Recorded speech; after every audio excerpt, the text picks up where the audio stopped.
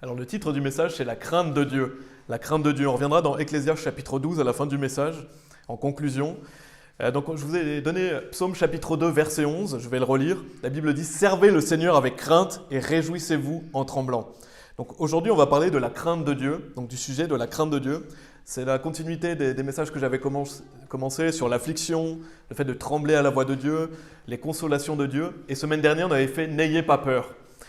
Et donc c'est un message complet aujourd'hui que je veux faire sur la crainte de Dieu parce que c'est un message qui mérite, enfin c'est un sujet qui mérite un message complet. Je vais aborder cela un peu plus en détail. Dans le dernier message, j'avais vu ça en dernière partie. On avait vu en dernière partie le sujet de la crainte de Dieu. Je ne sais pas si vous vous rappelez, mais dans le message précédent qui s'appelait « N'ayez pas peur », j'avais parlé des mauvaises peurs, notamment la peur de l'homme, donc la crainte de l'homme qui est une mauvaise peur, qui est quelque chose de malfaisant, qui est un péché. Donc on ne veut pas craindre les hommes. On a vu que la crainte de l'homme tend un piège. On avait vu aussi la crainte de l'avenir, donc qui sont les mauvaises peurs. Et je ne sais pas si vous saviez, mais dans la parole de Dieu, il y a ce concept « ne crains pas » ou le fait de ne pas craindre. C'est ce qui est, je pense, c'est le commandement qui est le plus donné dans toute la Bible, le fait de ne pas craindre. Donc c'est probablement le commandement le plus donné. Et il est dit à peu près 365 ou 366 fois. Et je ne sais pas si vous comprenez avec quoi ça coïncide, mais ça coïncide avec le nombre de jours de l'année. Donc en fait, Dieu nous dit au moins 365 à 366 fois « ne crains pas » ou voilà ce concept de ne pas craindre. Et pourquoi Dieu nous le répète aussi souvent ? Eh bien parce que c'est tous les jours qu'on doit décider de ne pas craindre. C'est tous les jours qu'on doit décider de revêtir le nouvel homme, tous les jours qu'on doit se revêtir de la charité afin de rejeter la peur. Comme on a vu dans le dernier message, car l'amour parfait rejette la peur. Donc ça montre encore une fois la profondeur et la beauté de la parole de Dieu. Et je ne pense pas qu'il y ait un hasard. Si Dieu nous répète aussi souvent ce concept, c'est parce que tous les jours, on doit prendre garde justement à ne pas avoir peur. En tout cas, ne pas avoir les mauvaises peurs. On a vu aussi dans le dernier message la protection de Dieu. Notamment, j'ai parlé de la protection de Dieu, où Dieu nous protège par des anges. Et dans la dernière partie, c'est celle que je vais développer aujourd'hui, on a vu le fait que Dieu est le seul que l'on doit craindre. Dieu est le seul qu'on doit craindre. Amen. Et dans Matthieu chapitre 10, verset 28, je vais simplement le lire. Et vous pouvez aller dans 2 Chroniques chapitre 19 si vous voulez. 2 Chroniques chapitre 19. Mais je l'ai déjà lu dans le précédent message. Matthieu chapitre 10, verset 28. C'est bien de le rappeler. « Et ne craignez pas ceux qui tuent le corps, mais qui ne sont pas capables de tuer l'âme, mais plutôt craignez celui qui est capable de détruire et l'âme et le corps en enfer. » Donc on l'a vu dans le précédent message, on ne doit pas craindre les hommes, mais qui est-ce qu'on doit craindre? C'est Dieu. On doit craindre celui qui est capable de détruire et l'âme et le corps en enfer. Et donc c'est ce qu'on va voir aujourd'hui. Le premier point que je veux faire aujourd'hui, c'est que Dieu est grandement à craindre. Notre Dieu est grandement à craindre. Il faut avoir conscience de qui est Dieu. C'est très important qu'on ait toujours conscience de qui est Dieu, que Dieu est le Créateur et que nous sommes des créatures. Dieu est tout-puissant. Donc on sait que Dieu est omniscient. Donc c'est une caractéristique de Dieu. Ça veut dire qu'il connaît toutes choses, il sait tout. Il est source de sagesse et d'intelligence. Donc Dieu est omniscient. Il a toute connaissance et il connaît toutes choses.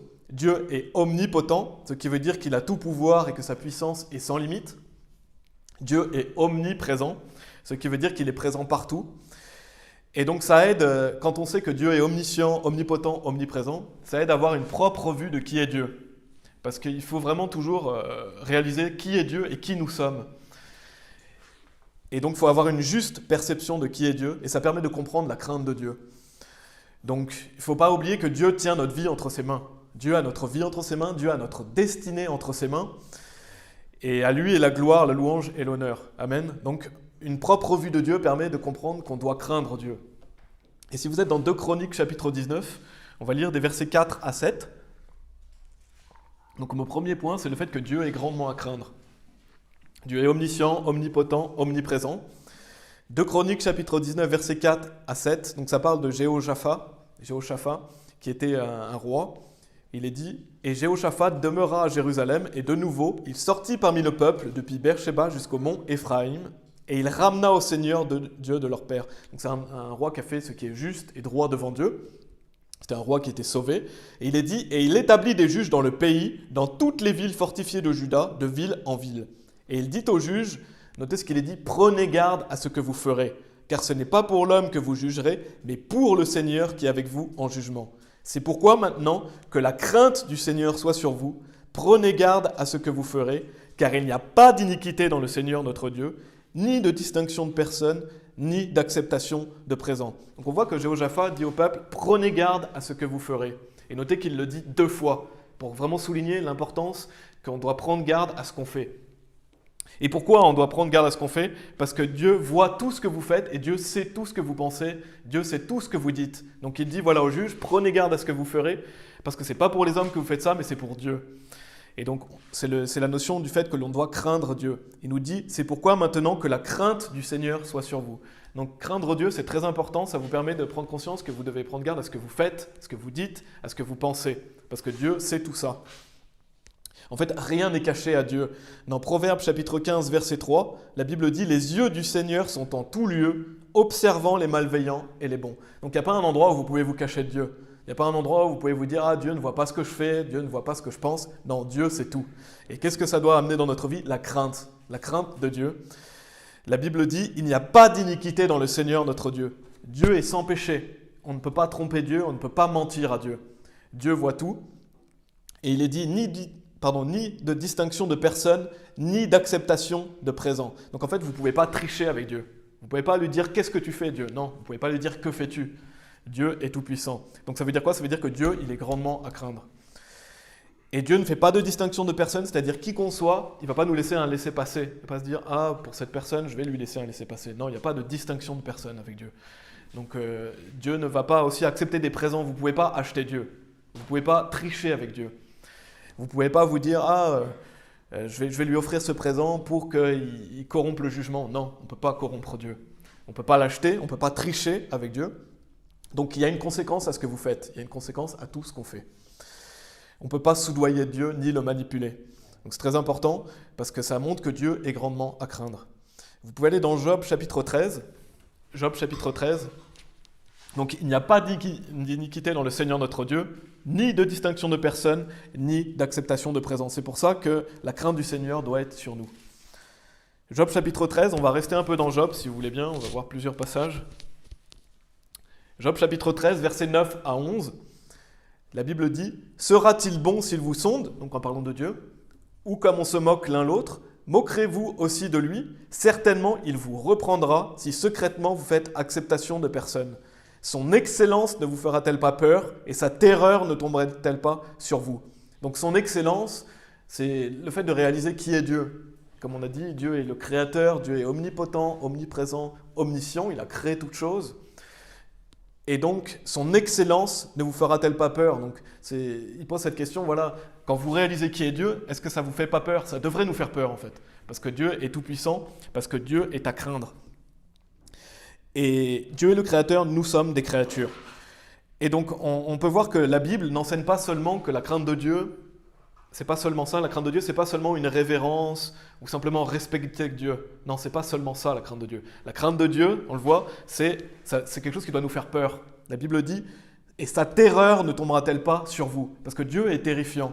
Quand on réalise qui est Dieu, Dieu est terrifiant, c'est le seul que l'on doit craindre. Et c'est ça la vraie crainte de Dieu. La vraie crainte de Dieu biblique, c'est réaliser qui est Dieu. Et Job réalisait vraiment qui est Dieu. Et on va voir un peu plus loin, je vais aller dans Job chapitre 1. Mais vous pouvez aller dans Job chapitre 23. Job chapitre 23. Donc c'est très important d'avoir une juste perception de qui est Dieu, de craindre Dieu. La Bible dit « Son excellence ne vous fera-t-elle pas peur ?» Donc ce n'est pas seulement un respect qu'on doit avoir Dieu, ce n'est pas seulement une révérence, on doit craindre Dieu au point où on a peur de Dieu, parce qu'on sait que Dieu est terrifiant. La Bible dit dans Job chapitre 23, versets 15 et 16, « C'est pourquoi je suis tourmenté à sa présence, quand je réfléchis, j'ai peur de lui. Car Dieu a assoupli mon cœur et le Tout-Puissant m'afflige. » Et donc Job, qui est cette personne qui dit « Quand je réfléchis, j'ai peur de lui », et bien quand vous revenez dans Job chapitre 1, verset 1, vous pouvez y aller si vous voulez, mais il faut savoir que Job, c'était l'homme le plus juste qui était sur terre à ce moment-là. Dans Job chapitre 1, verset 1, il est dit « Il y avait un homme dans le pays d'Uz dont le nom était Job, et cet homme était parfait et intègre, et qui craignant Dieu, et esquivait le mal. » Donc la Bible dit que Job était parfait et intègre. Parfait, ça ne veut pas dire qu'il était sans péché. Ça veut dire qu'il était complet, qu'il menait une vie chrétienne complète, qu'il était intègre. Et au verset 8, il est dit « Et le Seigneur dit à Satan, « As-tu considéré mon serviteur Job ?» Donc qu'est-ce que Dieu pensait de Job? Qui n'a pas d'égal sur la terre, un homme parfait et droit, qui craint Dieu et qui renonce au mal. Et je sais pas si... je pense que chacun d'entre nous aimerait que Dieu dise ça de nous. Je pense que chacun d'entre nous aimerait que Dieu dise, voilà, il n'y a pas d'égal sur la terre que cette personne. Il craint Dieu, c'est un homme parfait et droit qui renonce au mal. Et Job était cette personne qui, à ce moment-là, n'avait pas d'égal sur la terre. Et qu'est-ce que dit Job? Il dit, quand je réfléchis, j'ai peur de lui. Donc on voit que Job avait une juste perception de Dieu et qu'il craignait Dieu, qu'il avait peur de Dieu. Et donc, c'est pour ça qu'il dit, c'est pourquoi je suis tourmenté à sa présence, quand je réfléchis, j'ai peur de lui. Et il a aussi dit, et sa terreur ne tombe pas sur vous. Et comment on peut appliquer ça dans notre vie? Vous pouvez vous dire, mais comment je peux appliquer ça dans notre vie? Ben, vous devez réaliser qui est Dieu et être humble. Rester humble, réaliser qui est Dieu et ne pas vouloir que Dieu vous rabaisse parce que vous êtes orgueilleux. Parce que Dieu est terrifiant, il est grandement à craindre. Et on voit, il n'y a pas que dans le livre de Job, vous pouvez vous dire, oui, c'est que dans le livre de Job. Non, il n'y a pas que dans le livre de Job. Ésaïe chapitre 8, verset 13, donc c'est un autre prophète, Ésaïe. Qu'est-ce que nous dit Ésaïe dans chapitre 8, verset 13?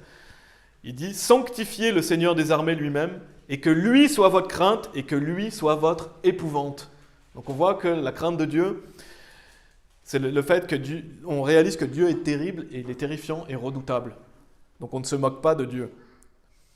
Dieu est le seul que l'on doit craindre. Psaume 119, verset 120 nous dit aussi « Ma chair tremble de crainte à ton égard, et je suis effrayé de tes jugements. » Et pour finir avec Job, vous pouvez aller dans Job chapitre 42. Donc je voulais vous montrer qu'il n'y a pas que dans le livre de Job qu'on a cette notion du fait que Dieu est redoutable, il est terrifiant, il est effrayant. Non, Ésaïe le dit aussi, dans les psaumes c'est dit aussi. Et on va aller dans la fin, le dernier chapitre de Job, Job chapitre 42, versets 5 et 6. La Bible dit « J'avais de mes oreilles entendu parler de toi ». Donc on entend, bien sûr, on parle de Dieu. Le fait que Job dit qu'il avait entendu parler de Dieu, mais maintenant mon œil t'a vu. C'est pourquoi j'ai horreur de moi et je me repens dans la poussière et la cendre. Et je ne sais pas si vous aviez déjà noté ce que dit Job, mais quand il a entendu Dieu, il a vu Dieu, il dit « j'ai horreur de moi ». Et pourquoi il a ce sentiment? Parce qu'il réalise qui il est par rapport à Dieu. Et ça, c'est la juste crainte de Dieu. C'est réaliser qui est Dieu. Et après qu'on ait entendu et vu Dieu, normalement, on devrait se dire « j'ai horreur de moi. Qui suis-je, moi ? Moi, je suis un pécheur. Dieu est parfait. Dieu est terrifiant. » Et ça, c'est loin de la vision bisounours qu'on voit dans sa soi-disant chrétienté, de dire que voilà, Dieu aime tout le monde, qu'on n'a pas besoin de craindre Dieu, ou le Jésus hippie qu'on voit dans les films, avec les cheveux longs qui est tout le temps en train de sourire. Non, ça, c'est pas la vraie vision de qui est Dieu. Le Jésus hippie dans les films, c'est une abomination pour Dieu. Et le vrai Dieu, il inspire quoi? Il inspire justement Job qui dit « j'ai horreur de moi », parce que Job réalise qui est Dieu et réalise que lui, il est juste une créature.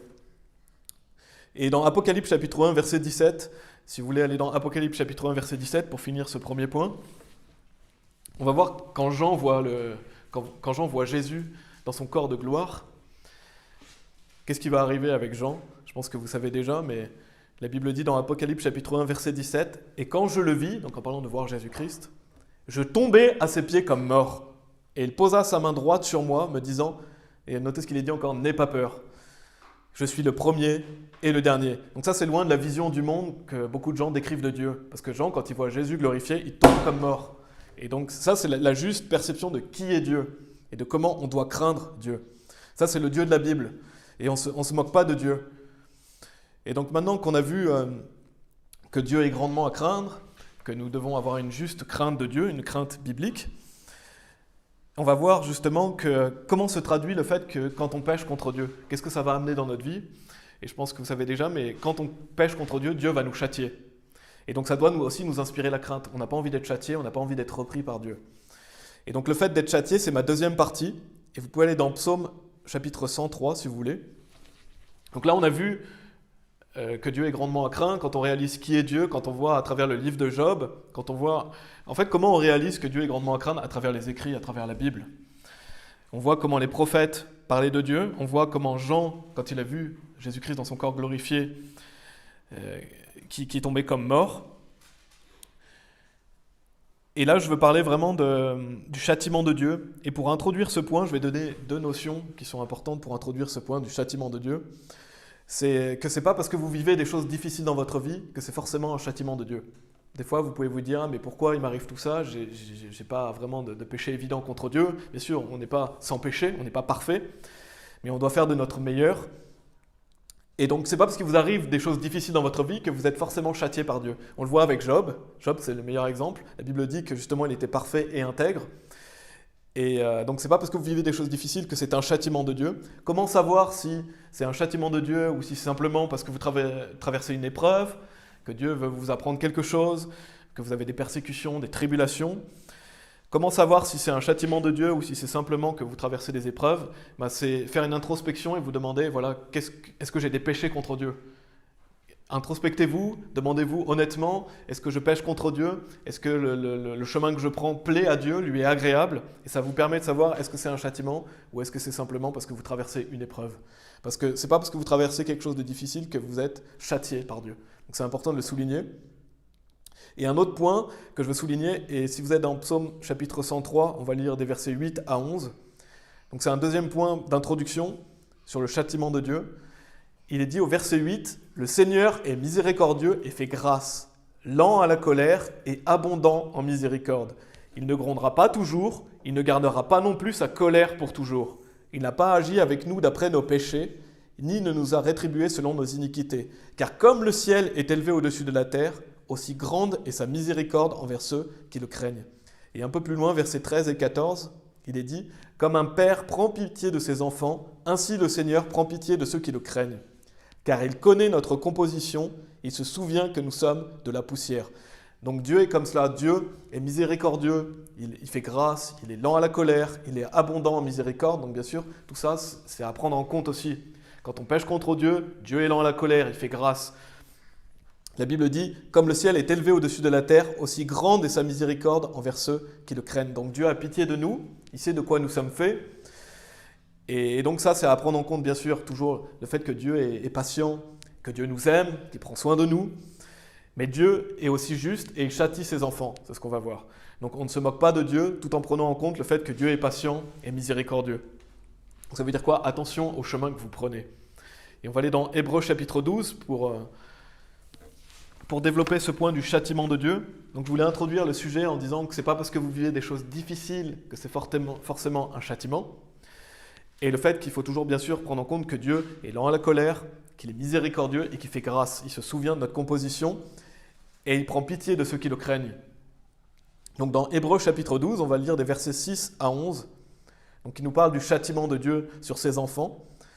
On voit au verset 6, « Car qui le Seigneur aime, il châtie et fouette tout fils qu'il reçoit. Si vous endurez le châtiment, Dieu agit envers vous comme envers des fils. Car quel fils est celui dont le Père ne châtie pas?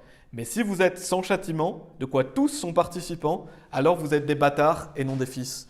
De plus, nous avons eu des pères de notre chair qui nous ont corrigés, et nous leur avons montré révérence. Ne voudrions pas beaucoup plus être en sujétion envers le Père des esprits et vivre? Car en vérité, ils nous châtiaient quelques jours, suivant leur propre plaisir, mais lui pour notre intérêt, pour que nous puissions être participants de sa sainteté. Or, aucun châtiment sur le moment ne semble être joyeux, mais douloureux. Néanmoins, ensuite, il produit le paisible fruit de droiture à ceux qui sont exercés par ce moyen. Donc on voit que Dieu nous châtie par amour. C'est parce qu'il nous aime que Dieu nous châtie. Et Dieu châtie ses enfants. Et il dit, mais si vous êtes sans châtiment, si vous n'avez pas de châtiment, ça veut dire qu'en fait, vous n'êtes pas sauvés. Parce que la Bible dit, de quoi tous sont participants, alors vous êtes des bâtards, donc une personne non sauvée. Si vous êtes sauvé, vous aurez forcément des châtiments. Et ça, c'est la Bible qui le dit. Et il est dit, car il nous châtie quelques jours, donc en parlant des pères charnels, il est dit suivant leur propre plaisir, mais lui pour notre intérêt. Donc pourquoi Dieu nous châtie? Pour notre intérêt. Donc c'est par amour pour nous, c'est pour notre intérêt. C'est pour que justement on se mette sur le droit chemin. Parce que Dieu sait que le péché ne conduit qu'à la mort. Dieu sait que le péché n'est pas bon pour nous. Dieu a un chemin qui est bon pour nous. Donc Dieu nous châtie pour notre intérêt, parce qu'il veut nous tailler, il veut qu'on soit un vase à honneur, il veut qu'on lui porte du fruit. Il est dit pour que nous puissions être participants de sa sainteté. Dieu veut que vous preniez part à sa sainteté. Dieu veut que vous soyez saints et que vous lui soyez agréables. Et bien sûr, aucun châtiment sur le moment ne semble être joyeux, mais douloureux. Parce que quand Dieu vous châtie, ça peut être plus ou moins douloureux. Ça ne va pas être une partie de plaisir, mais c'est pour notre intérêt. Et nous, on doit bien sûr faire en sorte d'être le moins châtié possible. Comment? En prenant garde à notre voie, en marchant dans la crainte du Seigneur, en aimant Dieu. Et donc la Bible dit néanmoins, ensuite il produit le paisible fruit de droiture à ceux qui sont exercés par ce moyen. Et un peu plus loin, versets 28 et 29, toujours dans Hébreux chapitre 12, il est dit « C'est pourquoi nous recevons un royaume qui ne peut être déplacé, ayons la grâce par laquelle nous pouvons servir Dieu de manière acceptable, avec révérence et crainte selon Dieu, car notre Dieu est un feu consumant. » Donc, il faut toujours garder à l'esprit que notre Dieu est un feu consumant. Ça veut dire que Dieu peut faire venir une fournaise dans votre vie qui va être dure à endurer. Dieu peut monter la fournaise parce que vous vivez dans le péché, parce qu'il veut avoir votre attention. Il veut que vous vous repentiez de vos péchés. Dieu veut que vous preniez garde à ce que vous faites, donc attention à la punition de Dieu, attention à ce que vous faites. Dieu peut monter la fournaise. Et ça peut être chaud, parce que Dieu est un feu consumant.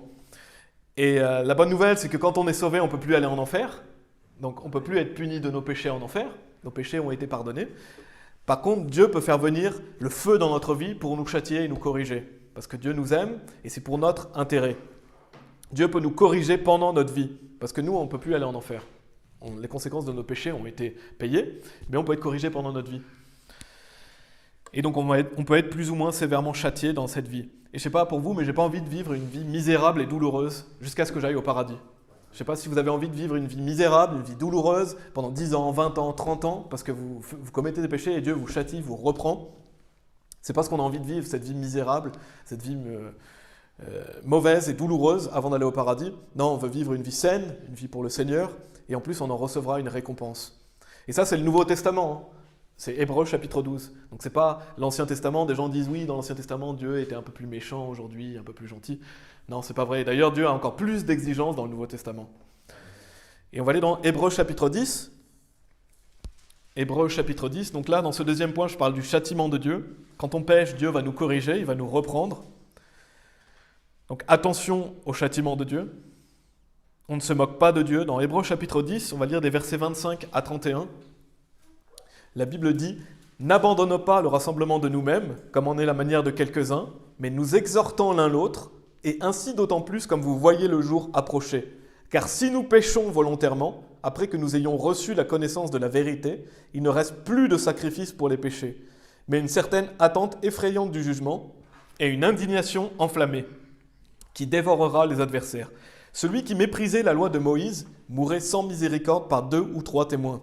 D'une punition combien plus douloureuse, supposez-vous, sera-t-il considéré digne celui qui a piétiné le Fils de Dieu et qui a estimé le sang de l'alliance par lequel il avait été sanctifié, comme une chose profane, et a agi avec malignité envers l'Esprit de grâce.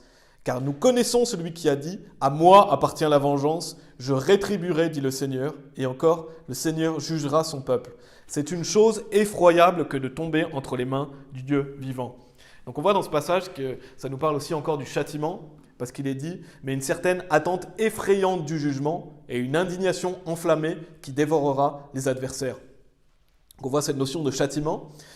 Et il est dit aussi « Car si nous péchons volontairement », et il y a des personnes qui vont utiliser ce passage pour dire que si une personne pêche ou vit dans le péché, il peut perdre son salut. Et ce n'est pas ce que dit ce passage. Quand il est dit « Car si nous péchons volontairement », ça ne veut pas dire qu'on peut perdre son salut si on vit dans le péché. Il y a vraiment des gens qui utilisent ce passage pour dire « Ah, vous voyez, si vous péchez volontairement, vous allez perdre le salut. » Ce n'est pas du tout ce qui est dit ici. Quand on regarde le contexte, il est dit « Car si nous péchons volontairement après que nous ayons reçu la connaissance de la vérité, il ne reste plus de sacrifice pour les péchés. » Et donc des faux prophètes vont utiliser ce passage en disant « Vous voyez, si vous péchez volontairement, il n'y a plus de sacrifice pour le péché, vous allez perdre votre salut. » Mais posez-vous la question, quand il est dit « Plus de sacrifice pour les péchés », est-ce que ça parle du sacrifice de Jésus-Christ ?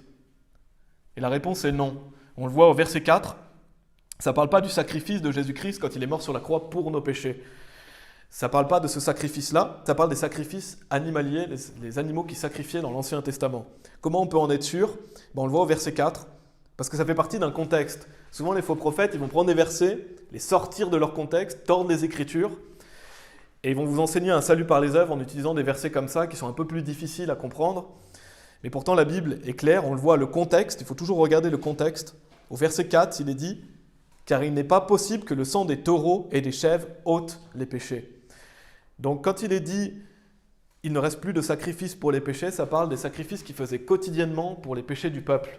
Donc ça parle du fait que, voilà, il sacrifie un animal, par exemple, quand quelqu'un a péché contre Dieu. Ça ne parle pas du salut éternel, ça ne parle pas d'être pardonné devant Dieu et du fait d'aller au paradis ou en enfer. Non, ça parle du salut, le sacrifice quotidien, ça parle du fait d'avoir un pardon quotidien de nos péchés. Dans l'Ancien Testament, ils faisaient des sacrifices pour ça.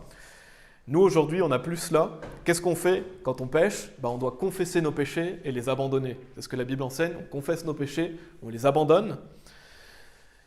Et donc, ce passage qui nous dit « Car si nous péchions volontairement », ça parle vraiment d'une personne sauvée. Si elle pêche volontairement, donc il n'y a plus possibilité de faire des sacrifices d'animaux. Donc Dieu va nous châtier, nous corriger si on pêche. Mais ça ne parle pas du salut éternel. Une personne qui a cru est pardonnée de ses péchés passés, présents et futurs. Donc le sacrifice de Jésus-Christ a couvert tous ses péchés. Elle a l'assurance d'aller au paradis. On ne peut pas perdre le salut. Jésus nous dit, celui qui croit en moi a la vie éternelle. Il ne dit pas la vie temporaire, il dit la vie éternelle, donc on ne peut pas la perdre. Et donc nous, quand on pêche contre Dieu, on ne subira pas les conséquences de notre péché éternel, mais on doit demander pardon, on doit abandonner nos péchés, on doit se mettre en règle avec Dieu. Et donc ça parle de notre relation avec Dieu. Ça ne parle pas du salut éternel. Donc dans Hébreux chapitre 10, les gens qui utilisent ce passage et le tordent, vous mentent et trompent les gens en faisant croire qu'on peut perdre le salut, c'est un mensonge. Donc quand il est dit « car si nous péchons volontairement », on parle par exemple de personnes qui vont volontairement ne pas venir à l'église, volontairement vont vivre dans l'alcool, dans la drogue, dans la fornication.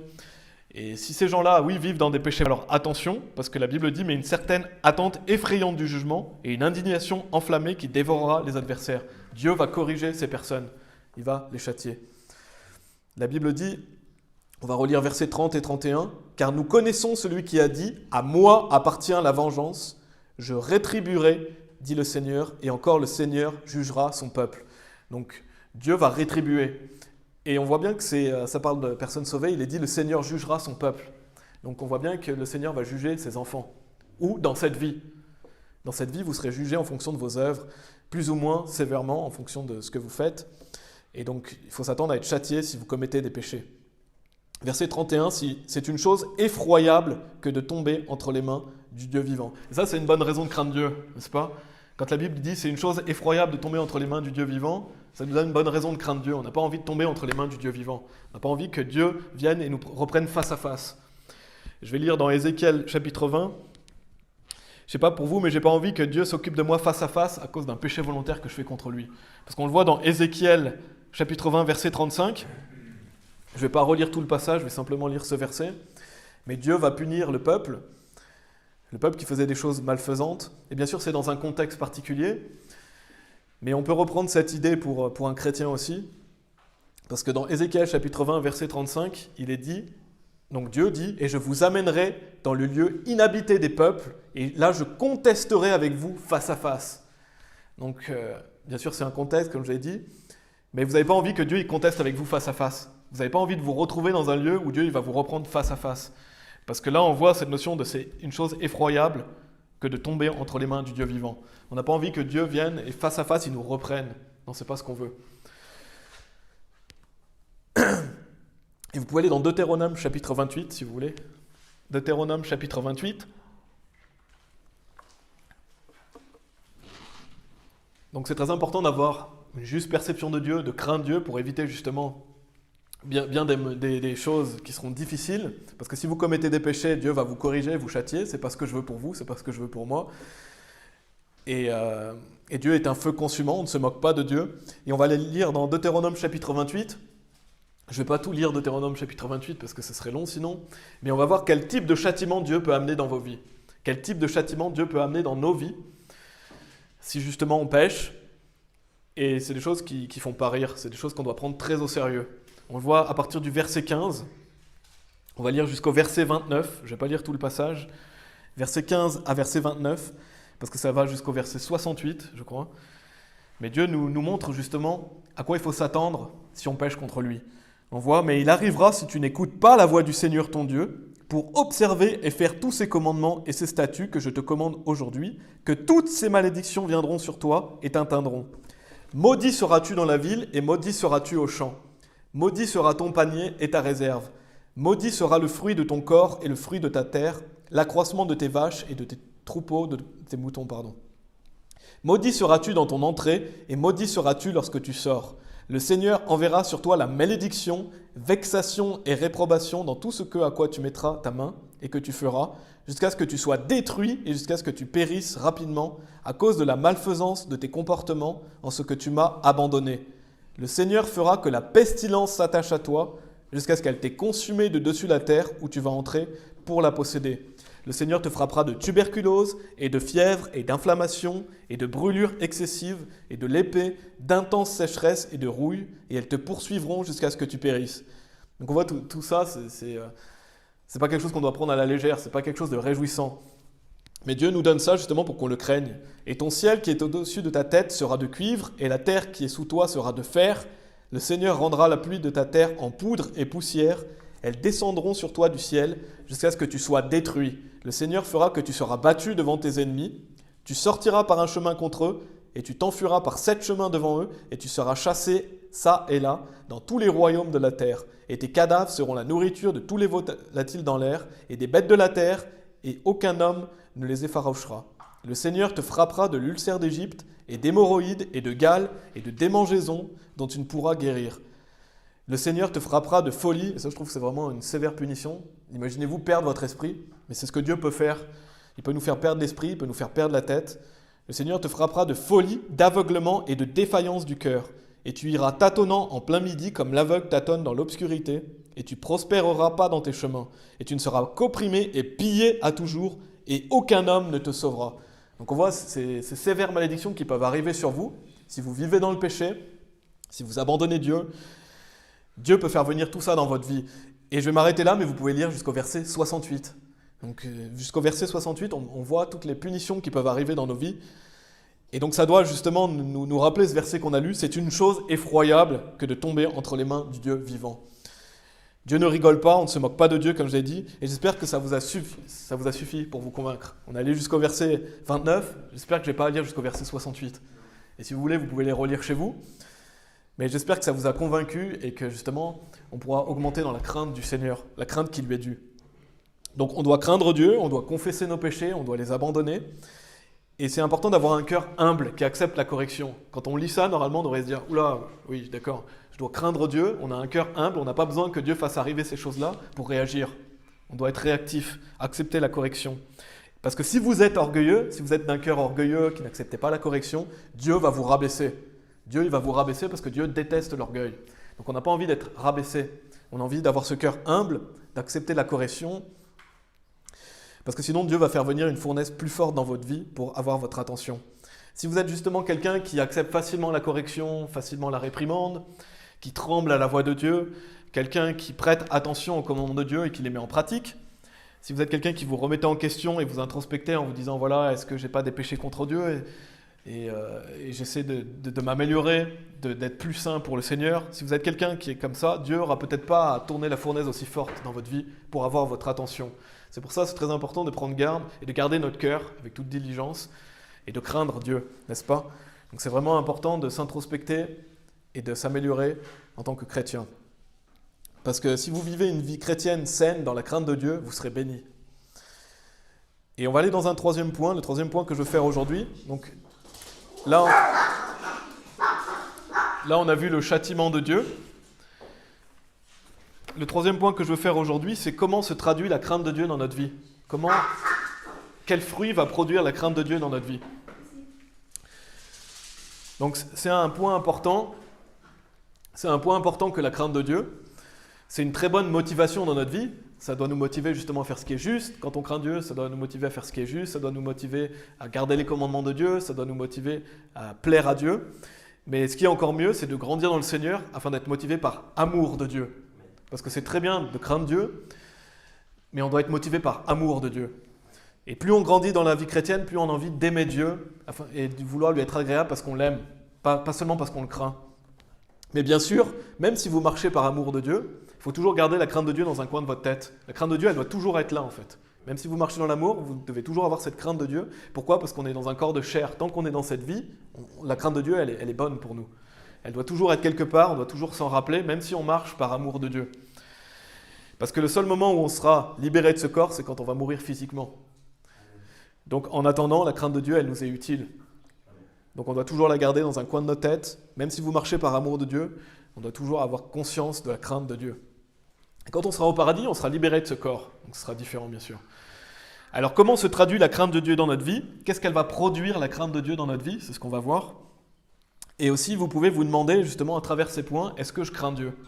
Non seulement on va voir donc que produit la crainte de Dieu dans notre vie, de tous les jours, mais aussi, vous pouvez, en voyant ces points, vous demander, est-ce que vraiment vous craignez Dieu? Est-ce que vous avez ces choses-là dans votre vie, en fait?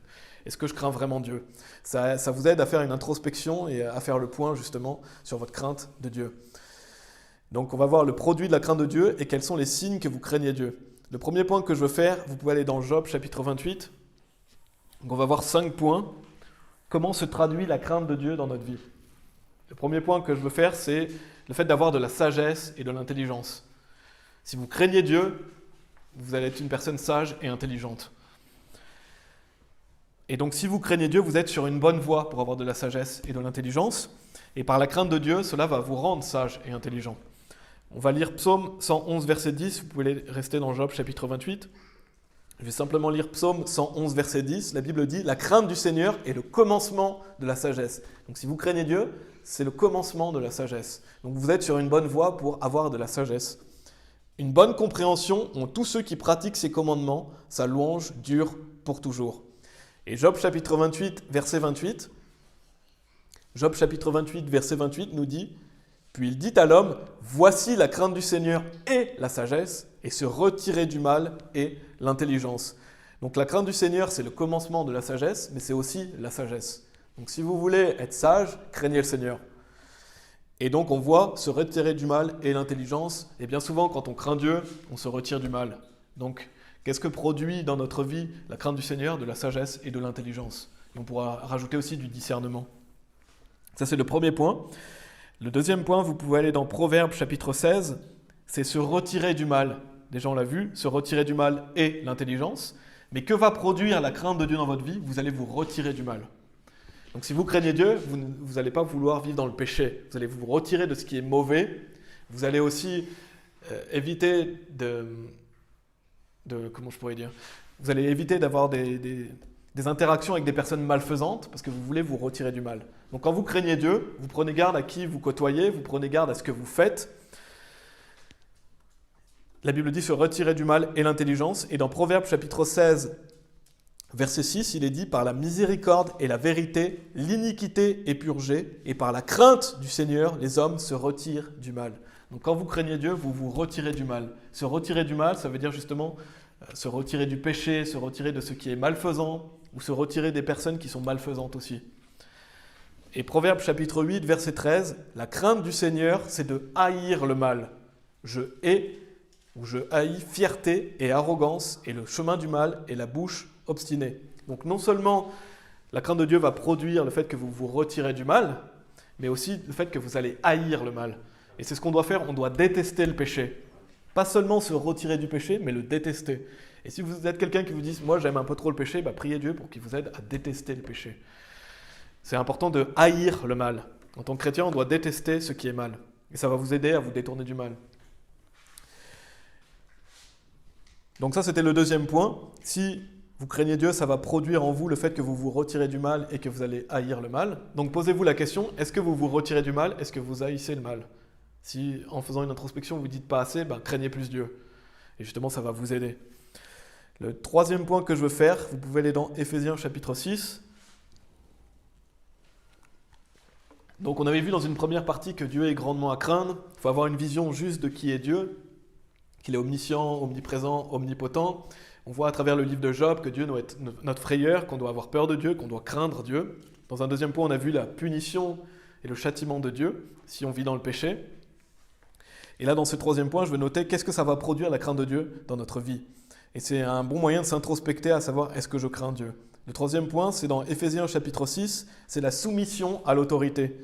Éphésiens chapitre 6, versets 5 à 7. La Bible dit « Serviteurs, soyez obéissants à ceux qui sont vos maîtres selon la chair, avec crainte et tremblement, avec votre cœur entier comme à Christ. Pas seulement quand on a l'œil sur vous, comme voulant plaire aux hommes. » Donc ça, c'est un bon principe quand vous êtes au travail. Faites pas les choses pour plaire aux hommes, faites les choses pour Christ.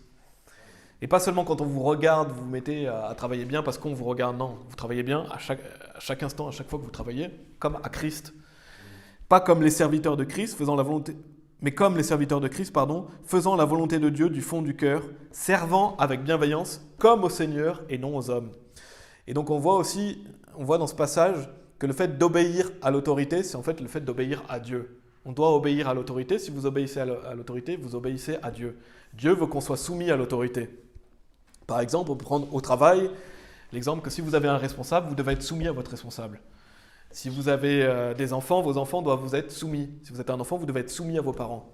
De même, une femme doit être soumise à son mari. Tous ces principes de vie montrent que si vous vous soumettez, c'est que vous craignez Dieu. Il est dit, avec crainte et tremblement, avec votre cœur entier, comme à Christ. Donc quand vous vous soumettez à l'autorité, vous faites ça pour Christ. Donc le fait de se soumettre à l'autorité montre que vous craignez Dieu. Et c'est un des signes de la crainte de Dieu. Qu'est-ce que va produire la crainte de Dieu dans votre vie? La soumission à l'autorité. Parce que vous avez envie de faire ce qui est agréable à Dieu. Donc quand vous vous rebellez contre l'autorité, en fait, vous vous rebellez contre Dieu. Et c'est pas ce qu'on veut. Et d'ailleurs, vous voyez dans ce passage, il est dit avec crainte et tremblement. Donc si un serviteur doit obéir à son maître avec crainte et tremblement, autant devant Dieu, on doit obéir avec crainte et tremblement. Ça, c'est le troisième point. Le quatrième point, vous pouvez aller dans Proverbes chapitre 22. Donc je fais des points assez rapides, mais vraiment d'application pratique, de que va produire la crainte de Dieu dans nos vies. Et posez-vous la question, est-ce que vous craignez Dieu? Le quatrième point, c'est l'humilité. L'humilité, on le voit dans Proverbes chapitre 22, verset 4. Par l'humilité et la crainte du Seigneur sont richesse et honneur et vie. Donc l'humilité et la crainte de Dieu sont très reliés. Parce que quelqu'un qui est humble, il va craindre Dieu. Et quelqu'un qui craint Dieu, il va être humble. Donc quand vous êtes humble, vous allez justement avoir cette juste perception de Dieu et vous allez craindre Dieu. Et si vous craignez Dieu, ça va vous rendre plus humble. Parce que vous réalisez que Dieu déteste l'orgueil et que Dieu veut que vous revêtiez l'humilité. Donc pour craindre Dieu, bien sûr, il faut être quelqu'un d'humble. Et on voit par l'humilité et la crainte du Seigneur sont richesse et honneur et vie. Ça, c'est le quatrième point. Le cinquième point, c'est le fait de garder les commandements de Dieu. Vous pouvez aller dans Psaume chapitre 112. Donc, je vais aller dans pas mal d'écritures, mais je fais des points assez courts justement sur que produit la crainte de Dieu. Dans Psaume 112, verset 1, c'est le fait que si vous craignez Dieu, vous allez garder ses commandements. Il est dit « Louez le Seigneur, béni est l'homme qui craint le Seigneur, qui se délecte grandement dans ses commandements. » Donc le fait de craindre Dieu, c'est beaucoup, bien sûr, relié au fait de garder ses commandements. Et la Bible dit que vous êtes bénis si vous craignez le Seigneur et si vous vous délectez grandement dans ses commandements. Donc à travers ces 5 points que j'ai voulu voir aujourd'hui, on pourrait en rajouter d'autres. Je suis sûr que ça se trouve, vous pensez déjà à d'autres points qui pourraient être ajoutés. Il y a d'autres points qui pourraient être ajoutés, notamment la protection de Dieu. On l'a vu dans le dernier message que ceux qui craignent Dieu, l'ange de l'Éternel campe autour de ceux qui le craignent. Donc si vous craignez Dieu, Dieu va vous protéger. On pourrait aussi parler de la correction et de la réprimande. Si vous êtes quelqu'un qui craint Dieu, vous allez accepter plus facilement la correction et la réprimande. On pourrait rajouter d'autres points. Je voulais vraiment accentuer ces 5 points-là. Et donc, comment se traduit la crainte de Dieu dans notre vie? On l'a vu par le fait que ça nous donne de la sagesse et de l'intelligence, par le fait que ça nous aide à nous retirer du mal et de haïr le mal, par le fait que ça nous permet d'être soumis à l'autorité, ça produit la soumission à l'autorité, l'humilité et le fait de garder les commandements de Dieu. Donc si vous vous posez la question, est-ce que je crains vraiment Dieu? Est-ce que vous avez de la sagesse et de l'intelligence? Est-ce que vous agissez avec sagesse et intelligence? Est-ce que vous vous retirez du mal? Est-ce que vous êtes soumis à l'autorité? Est-ce que vous êtes quelqu'un qui est humble? Et est-ce que vous êtes quelqu'un qui garde les commandements de Dieu? Donc soyez honnêtes et justement progressez dans cette crainte du Seigneur. Et le dernier point que je veux faire aujourd'hui, donc c'est le 4e point, qui est un peu plus court, c'est la bénédiction de la crainte de Dieu. Parce que si vous craignez Dieu, vous allez être béni. Si vous êtes quelqu'un qui craint Dieu, Dieu dit que vous allez être béni. Et comme j'ai dit, plus on progresse dans la crainte de Dieu, plus on a envie de faire les choses par amour de Dieu. Donc on va lire plusieurs versets qui parlent de la bénédiction du fait de craindre Dieu. Vous pouvez aller dans Psaume chapitre 128. Psaume 128. Il y a pas mal de versets dans la Bible qui parlent des bénédictions qui accompagnent ceux qui craignent Dieu. Je vais lire d'autres versets en attendant. C'est Proverbes chapitre 19, verset 23, qui dit « La crainte du Seigneur conduit à la vie, et celui qui la possède demeurera satisfait, il ne sera pas visité par le mal. » Donc si vous craignez Dieu, ça vous conduit à la vie. Si vous la possédez, vous serez satisfait. Et ça, la Bible dit, il ne sera pas visité par le mal. Si vous n'avez pas envie d'être visité par le mal, craignez Dieu. Proverbe chapitre 14, versets 26 et 27 nous dit « Dans la crainte du Seigneur, il y a une forte assurance, et ses enfants y auront un lieu de refuge. La crainte du Seigneur est une fontaine de vie pour s'écarter des pièges de la mort. Donc quand vous craignez Dieu, il y a une forte assurance. On y trouve un refuge. Et la Bible dit que c'est une fontaine de vie et que ça nous permet justement de s'écarter des pièges de la mort. Et dans Psaume 128, si vous y êtes, on va lire le verset 1. « Bénie est toute personne qui craint le Seigneur, qui marche dans ses chemins. » Donc on voit cette bénédiction qui accompagne les personnes qui craignent Dieu. Psaume 34, verset 9. « Ô craignez le Seigneur, vous ses saints, car rien ne manque à ceux qui le craignent. » Si vous craignez Dieu, rien ne va vous manquer. Donc on voit toutes ces bénédictions que Dieu donne dans sa parole, qui accompagnent les personnes qui vont le craindre. Et donc c'est une grande bénédiction que de craindre Dieu. Amen. C'est ce qu'on veut dans notre vie, on veut être des personnes qui craignent le Seigneur. Donc en conclusion, on a vu que Dieu est grandement à craindre. Donc c'est notre Créateur, notre Dieu est terrifiant, notre Dieu est un feu consumant. La plupart des gens ne réalisent pas qui est Dieu. Nous, on doit réaliser qui est Dieu. Et bien sûr, on doit lire plus la Bible pour mieux connaître Dieu. Le vrai Dieu de la Bible, pas le Dieu que le monde nous dit qui serait soi-disant notre Dieu, non, le vrai Dieu biblique. On a vu le fait que Dieu va châtier ses enfants par amour et qu'on ne se moque pas de Dieu. On a vu dans Deutéronome 28 que Dieu peut détruire notre vie, il peut nous amener toutes sortes de pestilences, de maladies, de mauvaises choses. Et donc on n'a pas envie que ces choses-là arrivent, on n'a pas envie que Dieu tourne la fournaise parce qu'on est dans le péché, parce que Dieu veut notre attention. Donc on a vu aussi que produit la crainte de Dieu dans notre vie, en 5 points. Et donc posez-vous la question, est-ce que justement vous craignez Dieu ? Et on a vu aussi le fait qu'on doit progresser dans la crainte de Dieu, et donc encore plus important, dans l'amour que l'on a pour Dieu, et c'est le prochain message que je ferai dans cette série, c'est le fait d'aimer Dieu, parce que c'est ce qu'on veut. Dieu veut qu'on l'aime, Dieu veut qu'on agisse parce qu'on veut lui être agréable, parce qu'on l'aime. Et on a vu dans un dernier point la bénédiction de la crainte de Dieu. Et pour finir, on va aller dans Ecclésiaste chapitre 12, qu'on a lu au début. On va aller dans Ecclésiaste chapitre 12 pour conclure ce message. Et c'est la conclusion du livre d'Ecclésiaste. Ecclésiaste chapitre 12, au verset 13, il est dit « Écoutons la conclusion de tout ce propos, crains Dieu et garde ses commandements, car c'est là tout le devoir de l'homme. » Vous dites, quel est le devoir de l'homme ? Crains Dieu et garde ses commandements. C'est assez simple, mais Dieu nous dit les choses clairement. On doit craindre Dieu, garder ses commandements. Amen. On va prier. Merci Seigneur, parce que tu es un Dieu tout-puissant. On se réjouit du fait que tu es le Créateur, du fait que tu prends soin de nous et que tu te soucies de nous alors que nous ne sommes que des créatures. Merci Seigneur, je prie pour que nous ayons une juste perception de qui tu es. À chaque fois quand on prie, que nous ayons perception du fait qu'on prie à notre Créateur, qu'on prie à un Dieu vivant qui nous écoute. Seigneur, aide-nous à craindre ton nom. Aide-nous à réaliser le fait que si nous vivons dans le péché, nous allons être châtiés. Et Seigneur, on n'a pas envie que ces plaies de Deutéronome 28 arrivent dans nos vies. Aide-nous à accepter la correction, la réprimande, à être des personnes humbles et n'avoir pas besoin justement d'être rabaissés parce qu'on est orgueilleux. Je prie pour que chacun d'entre nous puissions plus craindre ton nom et avoir ces bénédictions qui accompagnent ceux qui te craignent et avoir de la sagesse, de l'intelligence et toutes ces bonnes choses qu'on a pu voir. Merci Père, je prie pour que nous puissions garder tes commandements, craindre ton nom et aussi par-dessus tout progresser dans l'amour aussi, que nous puissions t'aimer tout en gardant toujours conscience du fait qu'il faut te craindre et que la crainte de Dieu nous aide à avancer. On prie au nom de Jésus-Christ. Amen.